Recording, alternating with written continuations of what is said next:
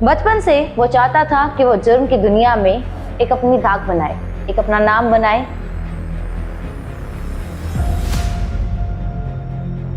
आखिर पंजाबी सिंगर के पीछे पंजाब के गैंगस्टर पड़ते ही क्यों हैं? क्यों सिद्धू मूसेवाला अकेला नहीं है जिसको निशाना बनाया गया, जिसकी जान ली गई?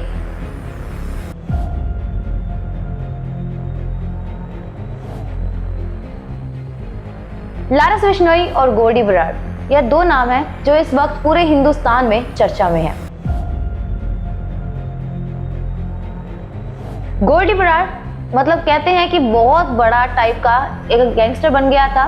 एक कैटेगरी का गैंगस्टर है वो, और उसको एक कैटेगरी के गैंगस्टर के तौर पर नवाजा भी गया, बल्कि रजिस्टर हुआ है वो पंजाब में। धमकाना, किडनैपिंग, वसूली, ये सब चीजें उसके लिए आम थी।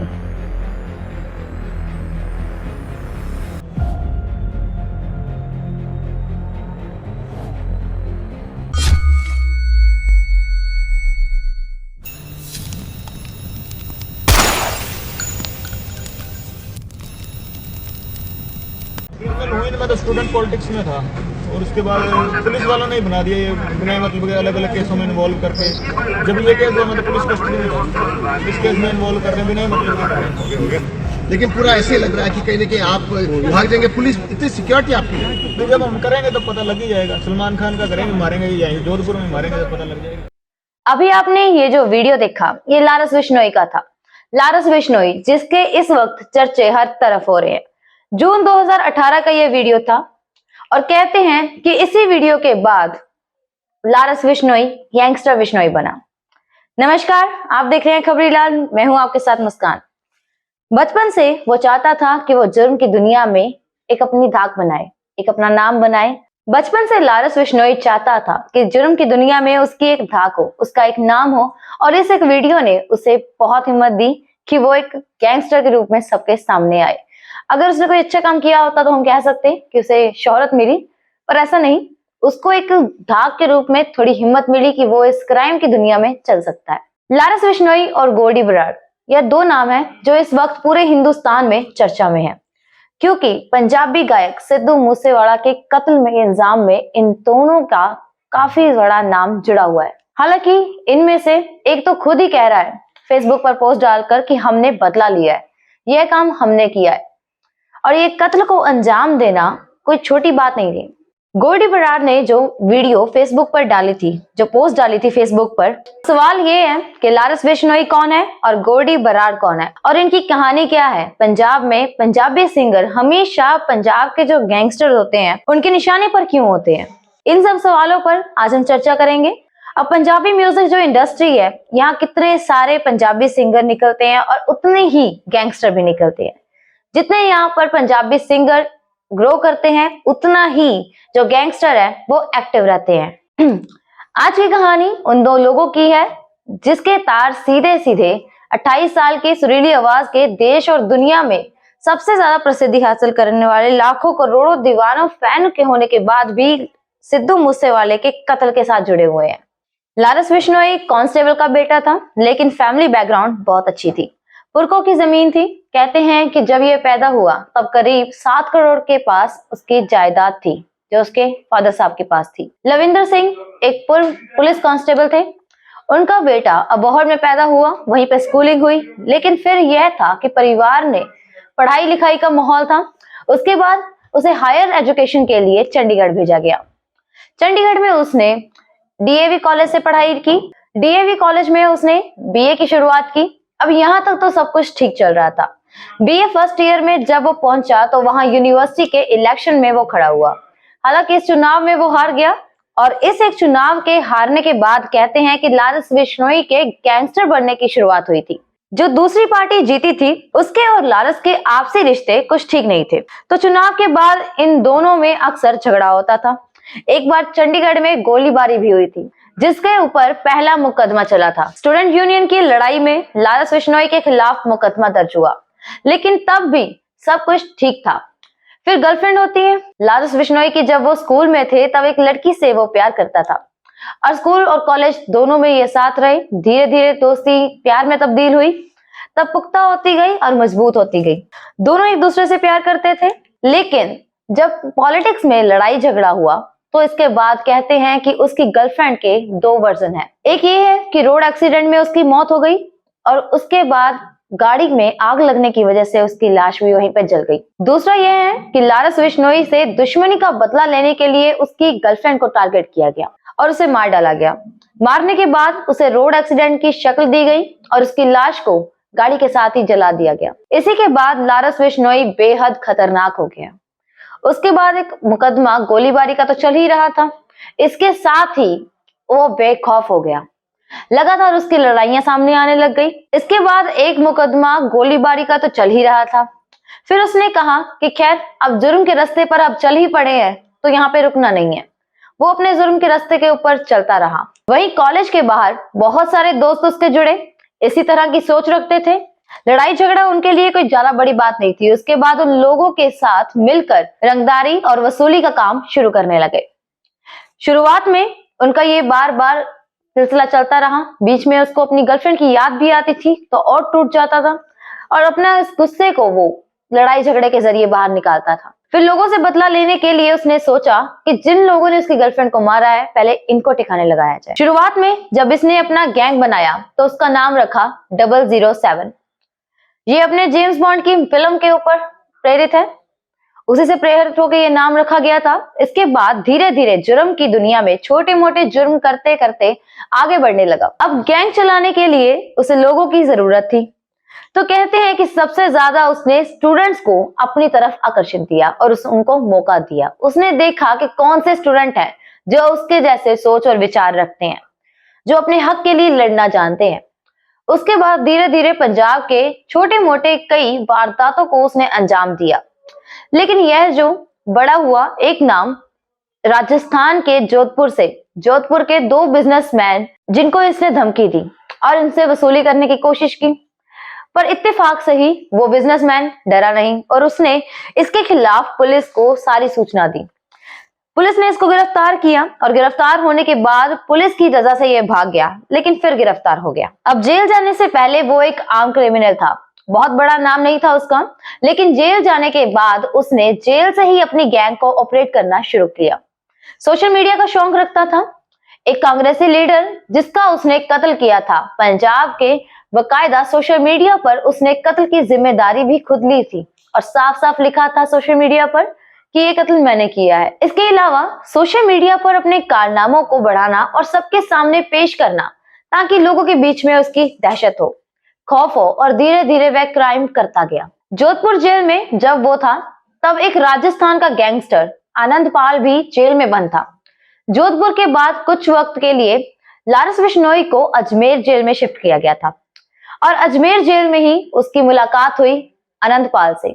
वहीं उनकी दोस्ती हुई और उसी जेल में रहते हुए अनंतपाल के 2 दुश्मनों को सुपारी लेकर लारस बिश्नोई के लोगों ने मारा और तब ये ऐलान किया कि अनंतपाल का जो दुश्मन होगा वो मेरा भी दुश्मन होगा। अब इसके बाद अनंतपाल से उसकी नजदीकियां बढ़ती गई। पंजाब का गैंगस्टर एक राजस्थान के गैंगस्टर से मिल गया, उनकी आपसी दोस्ती हो गई, जिसके बाद अनंतपाल का तो इनकाउंटर हो गया। तो धीरे धीरे राजस्थान तक का उसका दबदबा बढ़ गया। लेकिन फिर इसी बात के बीच में उसका एक नाम मीडिया के सामने आया, जो शुरुआत हुई और उसको बताया गया कि लारस बिश्नोई इस टाइम वांटेड कहला रहा है।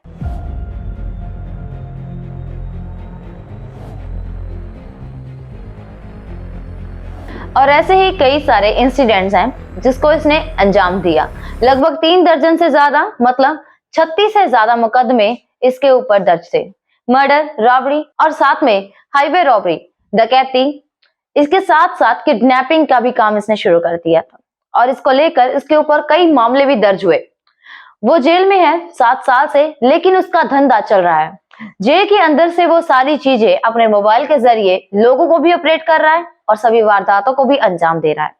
लारस बिश्नोई और सिद्धू मूसेवाले के दुश्मनी की बात करते हैं तो कहानी मैंने आपको पहले भी बताई होगी। इसी के दौरान इनकी दुश्मनी सिर्फ एक शक के जरिए शुरू हुई थी। एक वजह थी कि लारस बिश्नोई के खास दुर्गे जो अकाली नेता थे उनकी मौत हो गई। कत्ल हुआ 2020 में, उनका कत्ल हुआ था और लारस बिश्नोई को शक था कि सिद्धू मूसेवाले का जो मैनेजर है वो इस कत्ल में इन्वॉल्व है।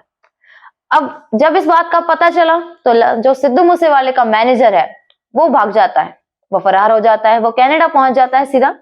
तो इसी बीच लारस बिश्नोई का सीधा शक जाता है सिद्धू मूसेवाले पर कि उसने अपने मैनेजर को यहाँ से भगा दिया। अब इसमें वो समझता है कि सिद्धू मूसेवाले का ही सारा हाथ है, इसलिए उसके मन में अब विचार आया कि वो उसी का कत्ल करेगा। उसे कत्ल में सिद्धू मूसेवाले का मैनेजर शामिल था, तो कहीं ना कहीं सिद्धू मूसेवाला भी शामिल होगा। अब सिद्धू मूसेवाले को रास्ते से हटाने का फैसला किया। अब सवाल यह था कि वो जेल में है तो काम कौन करेगा। यहीं से होती है लारस बिश्नोई के बाद दूसरे शख्स की एंट्री। यह दूसरा शख्स और कोई नहीं बल्कि लारस बिश्नोई का जूनियर स्टूडेंट, उसका दोस्त यानी कि गोल्डी बराड़ था। उसे भी थोड़ा सा गुंडागर्दी का शौक था, दूसरों को धमकाने का शौक था, डराने का शौक था। तो कॉलेज में ही इन दोनों की जान पहचान हो गई।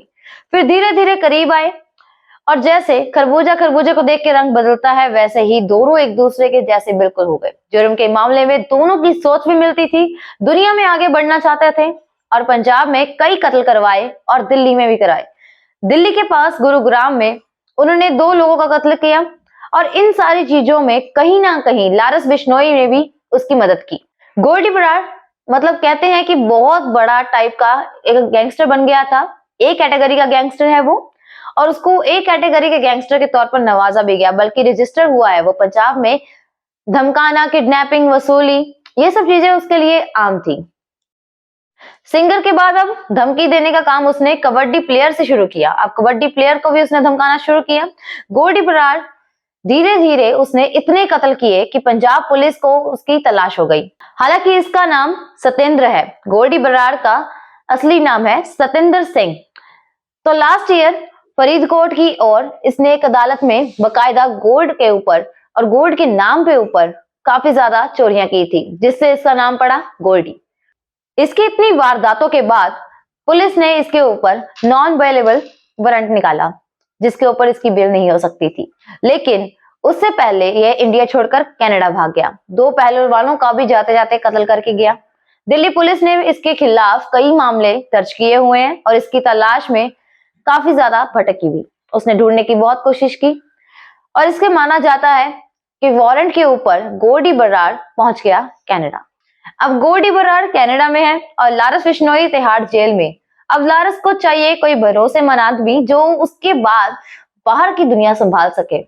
अब उसे याद आई कॉलेज के एक दोस्त की जो उसके बहुत ही करीब था और उसे अच्छे से जानता भी था और दोनों का जुर्म करने का तरीका भी एकदम सेम था, फिर भी एक दूसरे के साथ जुड़े हुए थे, एक दूसरे के दिमाग और दिल से अच्छे से वाकिफ थे। तो उसने गोल्डी बराड़ को कहा कि जेल में मैं हूं, तू बाहर का काम संभाल, क्योंकि वो उसके ऊपर सबसे ज्यादा भरोसा करता था। और ऐसे ही बना गोल्डी बराड़ लारस बिश्नोई का राइट हैंड, एक मजबूत हाथ बन गया और लारस बिश्नोई ने गोल्डी बराड़ को बाहर का सारा काम सौंपा। गोल्डी बराड़ कनाडा में बैठकर इस वक्त लारस बिश्नोई का राइट हैंड बन चुका था। उसको फॉलो करता था, सोशल मीडिया पर जैसे वो कहता था वैसे करता था, उसकी हर एक बात को फॉलो करता था और 7 साल से ही गोल्डी बराड़ हर तरह से लारस बिश्नोई का राइट हैंड बन चुका था। अब लारस बिश्नोई के कहने पर और दूसरा गोल्डी बराड़ के भाई का कत्ल हुआ था पंजाब में और गोल्डी बराड़ का कहना है कि जिसे शक है कि साजिश में शामिल होने से पहले सिद्धू मूसेवाले का नाम था। सबसे पहले नंबर पर सिद्धू मूसेवाले शामिल थे उसकी भाई के कत्ल में। उसे सोशल मीडिया पर पोस्ट किया, उसमें उसने कहा कि मैंने इसलिए ये बदला लिया कि सिद्धू मूसेवाले ने उसके भाई का कत्ल किया था। 2 कॉलेज के दोस्त, हालांकि एक सीनियर है और एक जूनियर, दोनों मिलकर बाहर निकलते हैं और कॉलेज के बाहर की दुनिया सारी संभालते हैं। स्टूडेंट यूनियन के चुनाव हारने के बाद दोनों की पूरी जिंदगी गुंडागर्दी में निकलती है, एक गैंगस्टर बन के निकलती है। एक जेल के अंदर है और दूसरा कनाडा में। अब दोनों ने बाहर से मुकदमा चलाना शुरू कर दिया। दोनों का टारगेट था सिद्धू मूसेवाला। आखिर पंजाबी सिंगर के पीछे पंजाब के गैंगस्टर पड़ते ही क्यों है? क्यों सिद्धू मूसेवाला अकेला नहीं है जिसको निशाना बनाया गया, जिसकी जान ली गई? अमर सिंह चमकीला पंजाबी एक मशहूर गायक है, रोमांटिक गानों के लिए काफी मशहूर थे। 19s के टाइम पर इनके गाने काफी ज्यादा फेमस थे। 1988 में इनका कत्ल हुआ जब इनकी वाइफ के साथ गोली मारी हुई थी और ये एक फंक्शन से वापस आ रहे थे। दोनों के ऊपर गोलियों से बरसात की गई और दोनों की वहीं पे मौत हो गई। और एक और पंजाबी सिंगर जिसकी गोली मारकर हत्या की गई वो है सिद्धू मूसेवाला। ऐसे और भी कई सिंगर हैं जिनकी 20 और 30 सालों के बीच में जान ली गई है, जिनका कत्ल किया गया है। अब बात करते हैं उन सिंगर्स की जिनको धमकियां दी गई हैं। परवेश वर्मा, धमकी दी गई थी, धमकी के बाद भी गोली मारी गई। जब गोली इनको लगी तब इन्होंने कहीं पे फोन किया था अपने सीनियर को, एसएसपी को, तो उन्होंने इनसे कहा कि आप गाड़ी चलाते रहिए, रुकेगा नहीं। तकरीबन 18 किलोमीटर तक इन्होंने गाड़ी चलाई गोली लगने के बावजूद, और फिर इनकी जान बची और किसी सुरक्षित जगह पर पहुंचे। और इसी बीच परमीश वर्मा लकी थे जो बच गए, नहीं तो गैंगस्टर उनके पीछे काफी देर तक लगे रहे थे। इसके अलावा गिप्पी गरेवाल और एक और सिंगर जिनको धमकी दी गई, और सबसे ज्यादा अभी फिलहाल जो चर्चा में चल रहे हैं वो मनकीरत औलख को भी धमकी मिली है। उनको धमकी इसलिए मिली है कि कुछ गैंगस्टर्स का कहना है कि जो सिद्धू मूसेवाला का कत्ल है वो मनकीरत औलख की वजह से हुआ है। लारस बिश्नोई को पंजाबी इंडस्ट्री की ज्यादातर सारी डिटेल्स जो हैं वो मनकीरत औलख पहचानते हैं।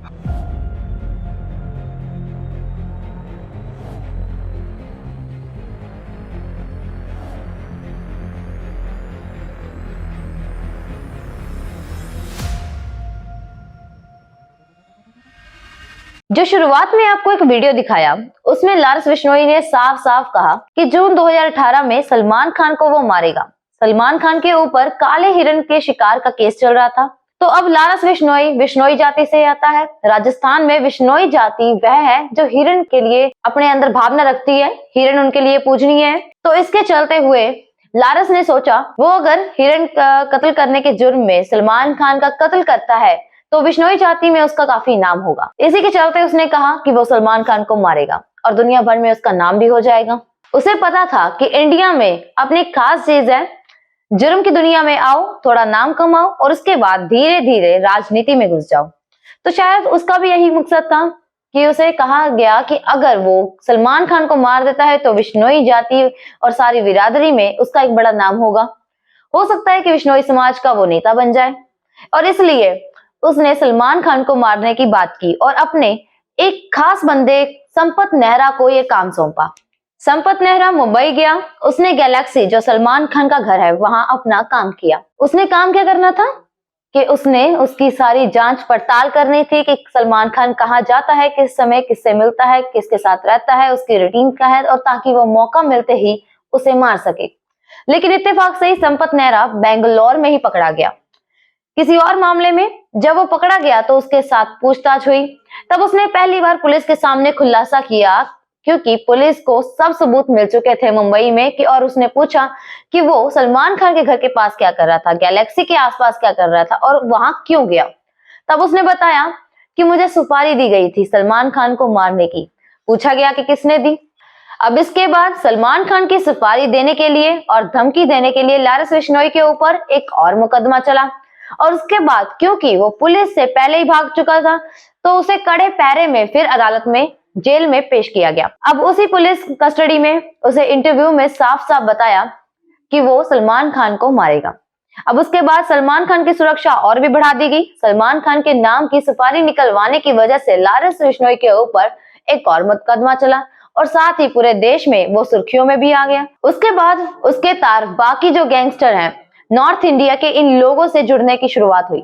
अब धीरे धीरे वो एक बड़ा गैंगस्टर बन गया। सुपारी लेकर कत्ल करना ये तो उसके लिए एक आम बात हो गई थी। लोगों को मारना, वसूली करना, और ऐसे काम करते ही उसने करोड़ों रुपए जेल में बैठे बैठे कमा ले। 2015 में वो पकड़ा गया था, जेल गया। 2015 से पहले चाहे जोधपुर जेल में, अजमेर जेल में उसे का दिल्ली के पुलिस के साथ जो लफड़ा हुआ था, या कह सकते हैं कि दिल्ली पुलिस ने उसको बहुत ही मेहनत से पकड़ा और उसके बाद वो तिहाड़ जेल में रहा। लेकिन जेल में पिछले 7 साल रहने के दौरान उसने जो अपना साम्राज्य कायम किया, उससे जो अपनी पूरी गैंग तैयार की, कहते हैं कि उसकी गैंग में करीब 600 मेंबर हैं। अब जेल में बैठे बैठे उसने 600 मेंबर जोड़ लिए, और इसमें से कहते हैं कि दूसरों को भी भाड़े पर अपने शूटर देता था कि जो तुम लोग अगर चाहो तो पैसे देकर किसी को भी मरवा सकते हो। गैंग में जो ज्यादातर लोग थे वो पुलिस वालों के बच्चे थे। अब जो ऐसे नौजवान हैं जो स्टूडेंट हैं और जो टेक्नोलॉजी के भी काफी ज्यादा शौकीन हैं, टेक्नोलॉजी की पूरी नॉलेज भी रखते हैं, तो उनके लिए ये कोई बड़ी बात नहीं है। इसकी गैंग में ज्यादातर जो हैं वो पुलिस वालों के बच्चे हैं, और कुछ ऐसे नौजवान हैं जो टेक्नोलॉजी की काफी अच्छी नॉलेज रखते हैं। अब उसके टीम में ऐसे लोग भी हैं जो ज्यादातर ऐसी सप्लाई करते हैं, ड्रग्स की भी सप्लाई करते हैं, नशे की तस्करी भी करते हैं। और पंजाब के ज्यादातर यूनिवर्सिटी और कॉलेज के जो इलेक्शंस होते थे, जो यूनियन के इलेक्शंस होते थे, उसमें भी इसकी दखलंदाजी रहती थी। बकायदा उनको फंडिंग करता था, पैसे देता था। और ऐसे लड़के जो थोड़े से जुर्म करके रास्ते पर चलना शुरू कर देते हैं और गैंग में शामिल होना चाहते हैं, उन नौजवानों को ये अपनी मर्जी से शामिल कर लेता था। और इन सब चीजों को करने के लिए बीच में उसे एक ऐसा बंदा भी चाहिए था जिस पर वो भरोसा कर सके।